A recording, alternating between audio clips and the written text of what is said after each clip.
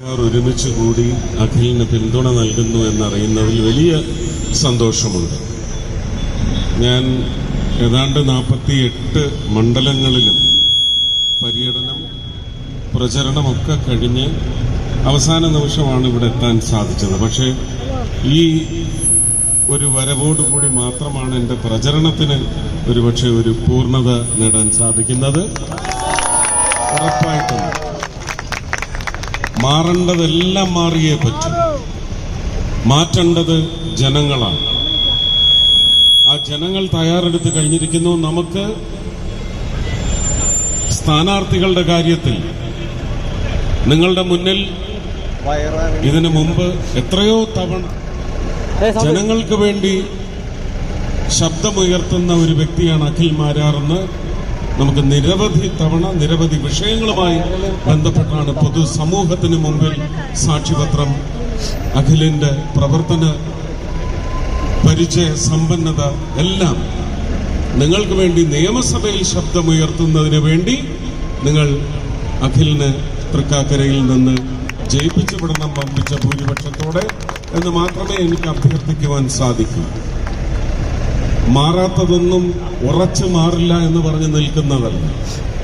ഒരു ചെറിയ ആണിക്കല്ലിളകിയാൽ മതി, മാറും. ആ മാറ്റം തൃക്കാക്കരയ്ക്കും വേണം. അഖിൽ മാരാർ തൃശ്ശൂരിൽ ഞാൻ ഇതുപോലെ വാഹന പ്രചരണത്തിനും അതുപോലെ തന്നെ പല മീറ്റിങ്ങുകൾക്കും പോകുമ്പോഴൊക്കെ ഒരു 10 തവണയെങ്കിലും അവിടുത്തെ തെരുവുകളിൽ എനിക്ക് വേണ്ടി വോട്ട് യാചിച്ച് നടക്കുന്ന അഖിലിനെ ഞാൻ കണ്ടിട്ടുണ്ട്. അതുകൊണ്ടാണ് ഞാൻ ഈ നിമിഷം ഇവിടെ അവസാന നിമിഷം, നാളെ ഒരു ദിവസം കൂടിയേ ഉള്ളൂ, ഇല്ലാത്ത സമയം ഇല്ലാത്ത ആരോഗ്യമൊക്കെ വെച്ചുകൊണ്ട് ഞാനിവിടെ എത്തിയിട്ടുള്ളത്. തൃക്കാക്കര അതിനുള്ള ഒരു നന്ദി സൂചകമായിട്ട് വിജയം മാത്രം അഖിലിന് സമ്മാനിക്കണമെന്ന് വളരെ താഴ്മയായി അഭ്യർത്ഥിക്കുകയാണ്. ചക്കയാണ് ചിഹ്നം.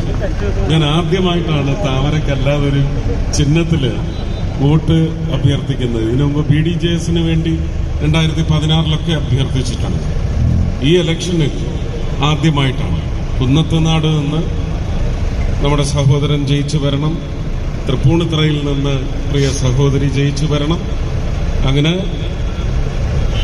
2020-യുടെയും BDJS-ന്റെയും ഒക്കെ സ്ഥാനാർത്ഥികൾ ജയിച്ചു വന്ന് ഒരു ശബ്ദശക്തിയായി കഴിഞ്ഞ 5 വർഷത്തെ ഭരണത്തിനിടയ്ക്ക് ഉണ്ടായിട്ടുള്ള ദുരന്തപൂർണമായ ഭരണനിർവഹണം ചോദ്യം ചെയ്യാൻ പോലും നിയമസഭയിൽ ആരുമുണ്ടായില്ല.